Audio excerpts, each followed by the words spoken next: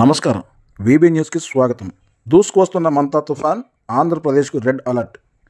దూసుకొస్తున్న మంతా తుఫాన్ ఇది ఈ సంవత్సరంలో వచ్చే తుఫాన్లో అత్యంత బలమైన తుఫాన్గా వాతావరణ శాఖ అంచనా వేసింది. అక్టోబర్ 26, 27, 28, 29 తేదీలు అత్యంత కీలకమైన రోజులు కానున్నాయి.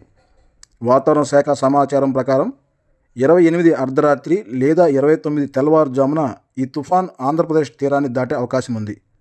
తుఫాన్ ప్రభావం విశాఖపట్నం నుంచి తిరుపతి వరకు విస్తరిస్తుంది. తెలంగాణలో కూడా ముఖ్యంగా హైదరాబాద్ నగరాల్లో భారీ వర్షాలు పడే అవకాశం ఉంది. సముద్రం ప్రక్షుబ్ధంగా ఉండటం వల్ల మృత్తికారులు సముద్ర వేటకు వెళ్లకూడదని అధికారులు హెచ్చరించారు.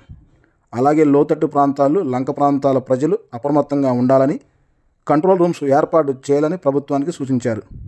తుఫాన్ సమయంలో గంటకు 70 నుండి 100 కిలోమీటర్ల వేగంతో బలమైన గాలులు వీస్తాయని అంచనా.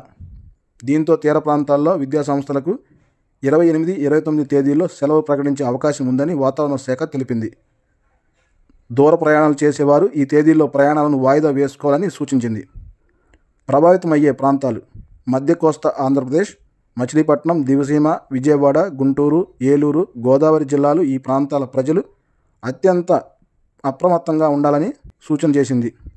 మంతా తుఫాన్ తీవ్రతను దృష్టిలో ఉంచుకొని ప్రజలు జాగ్రత్తలు పాటించాలి.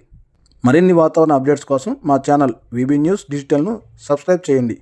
వీడియోని లైక్ చేసి షేర్ చేయండి.